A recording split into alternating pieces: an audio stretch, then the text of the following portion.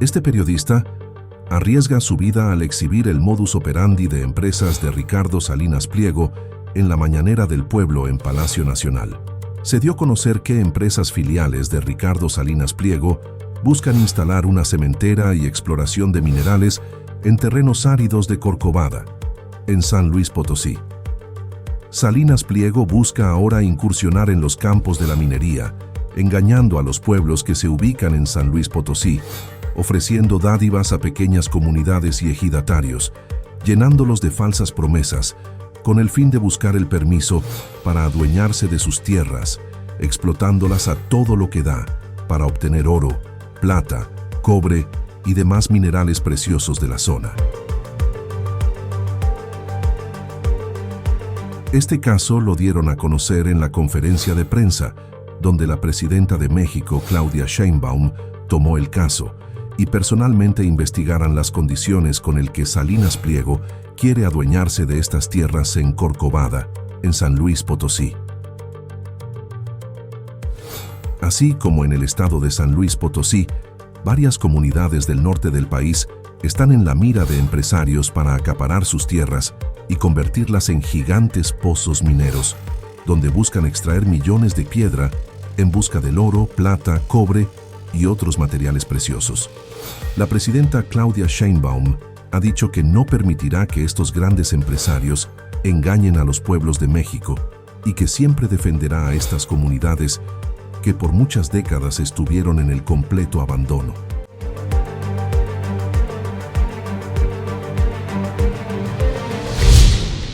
A ver, vamos a pagar acá a Julio, para darle la bienvenida a la Mañanera del Pueblo. Gracias. Julio Astillero de Astillero Informa. Buenos días, Presidenta. Quiero plantear un tema que creo que es de importancia dentro del contexto de lo que sucede en el país, que son los problemas ambientales, los problemas que están generando en buena parte de la población una preocupación acerca de industrias extractivistas de defensa del agua, defensa del medio ambiente, en una izquierda social que está luchando ampliamente en muchos lugares y gente de ciudades en las cuales hay afectaciones de este tipo. Quiero plantearle sobre todo dos temas que me parece que es importante tomar en cuenta. Este domingo habrá de realizarse o está convocada para realizarse una asamblea ejidal en Corcovada, que es una localidad del municipio de Villa Hidalgo en San Luis Potosí. Hay una gran movilización allá porque esto proviene de un proyecto que está impulsando un grupo de abogados y personas empresarias relacionadas con el Grupo Azteca de Ricardo Salinas Pliego. Es la solicitud para una construcción de una planta de producción de material para construcción. Sin embargo, en la propia solicitud se incluye el que pueda haber actividad minera.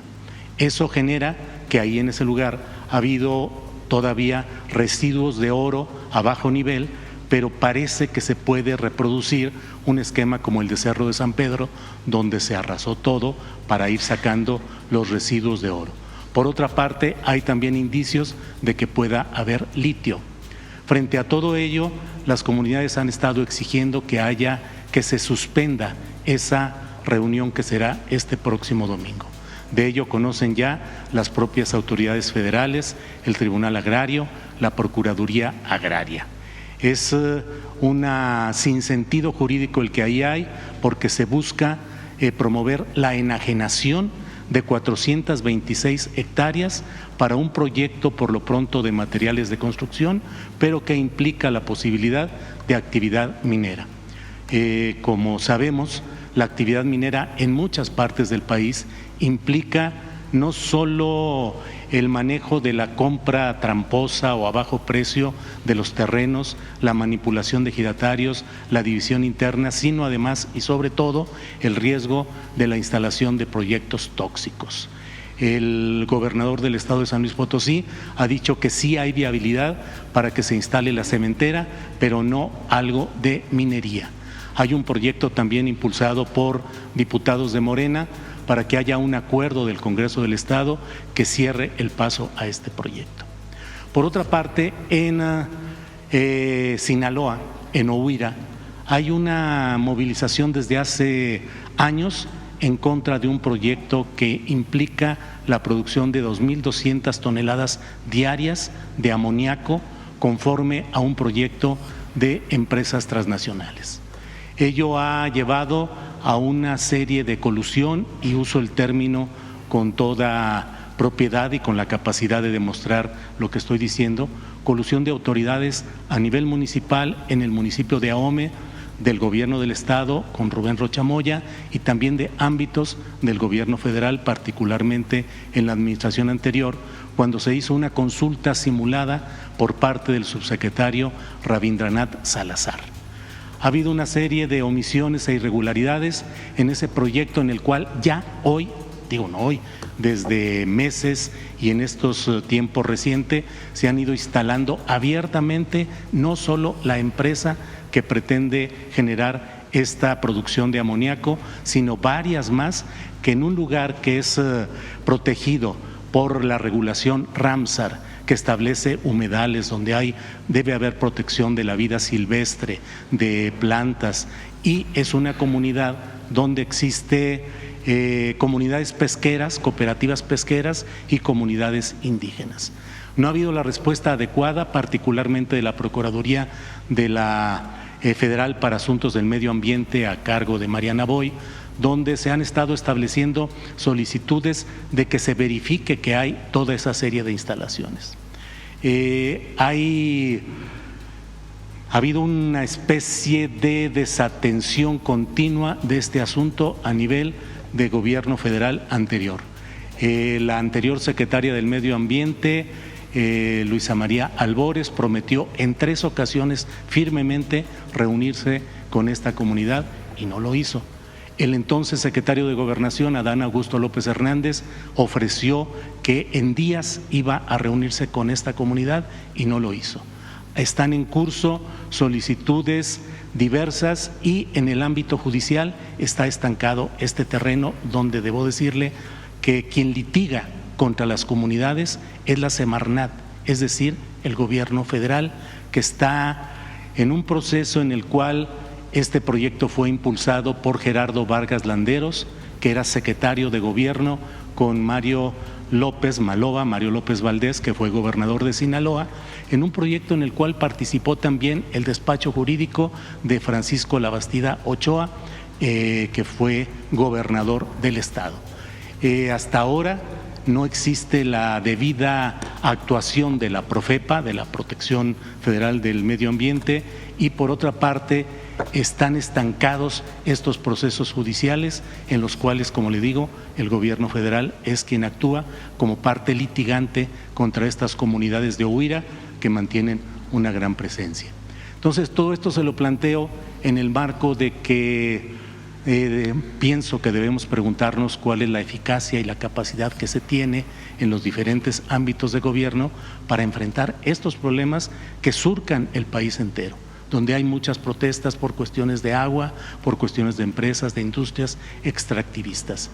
Hoy no se necesita una represión del Estado contra los líderes de estas comunidades o contra movimientos, porque una especie de paramilitarismo con los grupos del crimen organizado hace que haya represión, asesinatos, desaparición de diferentes líderes en diferentes partes del país. Mientras la impunidad siga presente y mientras no se castigue, ahí sigue esto. Y mientras los aparatos de poder se mantengan en ese sentido, creo que se sigue promoviendo el que, bajo la idea de promover empleos, de promover apertura de industrias, se siga permitiendo daños al medio ambiente. Es lo que le quiero plantear y pedirle su punto de vista. Sí, son 2 casos distintos. En el primero, en el caso de San Luis Potosí, es importante que se sepa cuál es la normatividad. En el caso de minas de materiales pétreos, es decir, no ferrosos, las autorizaciones ambientales son de los estados. En el caso de minas de oro, plata, cobre, etcétera, el impacto ambiental, la manifestación de impacto ambiental tiene que ser autorizada por la Semarnat. En el caso de San Luis Potosí, no hay ni autorización del Estado y tampoco de la Federación en términos ambientales.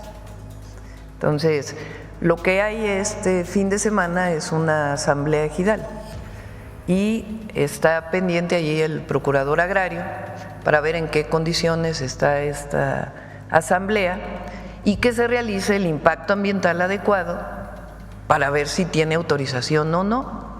Entonces, vamos a pedirle a la secretaria de Semarnat, a Alicia Bárcenas, que entre en contacto con el gobierno del estado y también a Edna Vega de Sedatu, que es quien a su cargo está la Procuraduría Agraria, para que pueda entrar en contacto con los ejidatarios y que se revise el proyecto para ver el impacto ambiental que presuntamente pueda tener y que se vea tanto a nivel estatal como a nivel federal. Ese sería el primer caso. En el segundo caso no te acepto que la Semarnat esté trabajando en contra de las comunidades. ¿Es la que litiga? Sí, pero no es verdad. ¿No es verdad? No, no es verdad. ¿Qué? Que la Semarnat es la que esté litigando a favor de una empresa. Lo que hace la Semarnat desde el gobierno del presidente López Obrador y desde nuestro gobierno, por ley, pues es recibir las manifestaciones de impacto ambiental y evaluar si el proyecto tiene viabilidad o no tiene viabilidad. Eso es lo que hace. Y por otro lado, hoy aprobada ya, si es comunidad indígena, por el segundo constitucional, el INPI hace la consulta indígena. Si no es comunidad indígena, pues es Secretaría de Gobernación junto con el gobierno del estado quien hacen las consultas. Y a partir de la evaluación del impacto ambiental de un proyecto, de platicar con las comunidades, pues se ve si tiene viabilidad o no un proyecto de desarrollo. Eso es en cualquier lugar de nuestro país. Hay una parte, de acuerdo con la Ley General de Equilibrio Ecológico, que es realizado por los estados, y otra parte, en este caso, cuando se trata de una industria química, que tiene que ser evaluado por la Federación. Entonces, en su momento se hizo una valoración de impacto ambiental. Si todavía hay comunidades que están en contra, siempre va a haber diálogo, comunicación, pero lo que no puedo aceptar, pues es que se diga que desde la Semarnat o desde nuestro gobierno se está litigando en contra de una comunidad, porque no es el caso. Son 4 comunidades las que son afectadas directamente por lo que sucede en la bahía de Huira. Se hizo una consulta en la cual se implicó a otras comunidades que no son afectadas directamente. Las 4 que se sustentan con comunidades indígenas que están en contra y con cooperativas pesqueras, las 4 realmente afectadas, están abierta y militantemente en contra. Es un proceso plagado de irregularidades, según lo que he podido documentar y que puedo demostrar. Pues recibimos tu documentación con gusto, pero si algo estamos trabajando siempre, pues es a favor del pueblo de México. Entonces, no es cierto que Alicia Bárcenas, secretaria de Semarnat, esté trabajando en contra de las comunidades. Les pongo un caso, el caso de Sonora. Alicia ha ido a las comunidades de manera personal para ver de qué manera se puede resolver el asunto del río Sonora.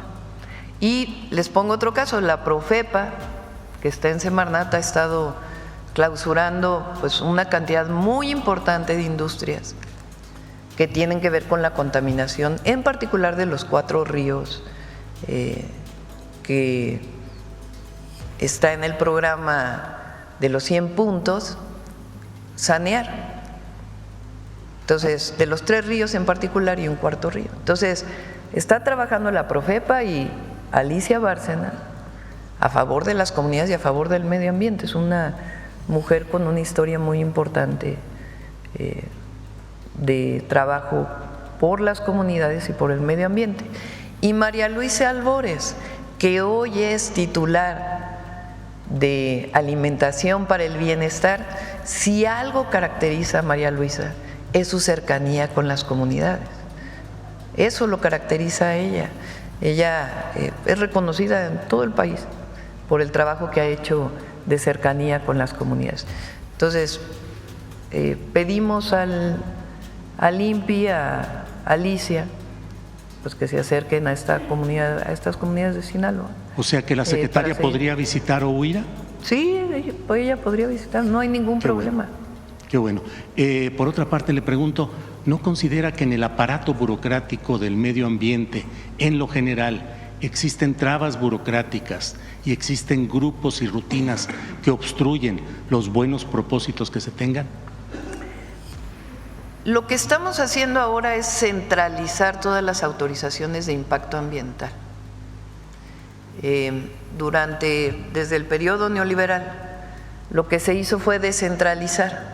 Entonces, los delegados de Semarnat en cada estado de la República se encargaban de analizar los proyectos.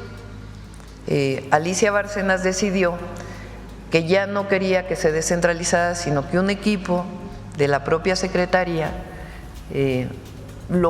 pudiera evaluar estos proyectos de alto impacto y que no quedara nada más en las delegaciones. Es algo muy importante para evitar pues cualquier mala evaluación, vamos a ponerlo así, de alguno de los proyectos. Es algunos de los temas que se están planteando. Entonces, pero la verdad es que el equipo de la Semarnat, ahí está trabajando Marina Robles, que fue secretaria de Medio Ambiente del gobierno de la ciudad cuando fui jefa de gobierno.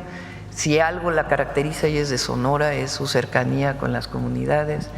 Está Ileana Villalobos, que fue la que tuvo a bien en su momento en el gobierno de la ciudad cerrar muchísimas construcciones irregulares del cártel inmobiliario que se estaban desarrollando en la Ciudad de México. Y Mariana Boy fue directora de la Procuraduría Ambiental en la Ciudad de México. Es un muy buen equipo, entre otros muchos que están trabajando ahí. Ojalá se atienda el caso de Huira, que es un caso muy interesante. Que se revise, no hay, eso siempre vamos a estar abiertos, pero lo que no podemos aceptar es que se diga que desde el gobierno de México estamos lejos de las comunidades. Pues ojalá se atienda. De lo que dijo al final solamente hago un comentario. Me pregunto por qué agencias de Estados Unidos certifican a la policía ministerial. Es algo que viene de hace mucho tiempo. O sea, ¿y nosotros certificamos a alguna policía de Estados Unidos? No, pero sí hacemos algo. Damos información para que haya operativos del otro lado de la frontera. Por ejemplo, una información que se dio sobre lo que estaba ocurriendo en Arizona, operaron las fuerzas del gobierno de los Estados Unidos para incautar droga y armas. Recientemente, ayer creo, porque eso es algo del diálogo que hemos tenido. Por primera vez Estados Unidos tiene como una de sus prioridades incautar armas de Estados Unidos a México. En el pasado fue al revés. Con el Rápido y Furioso metieron armas a México con la idea de que algún día iban a detener a personajes de la delincuencia organizada o a personas de la delincuencia organizada. Ahora están haciendo trabajo bajo solicitud nuestra, desde la primera llamada que tuvimos con el presidente Trump, de incautar armas. Ayer hubo una incautación. Sí.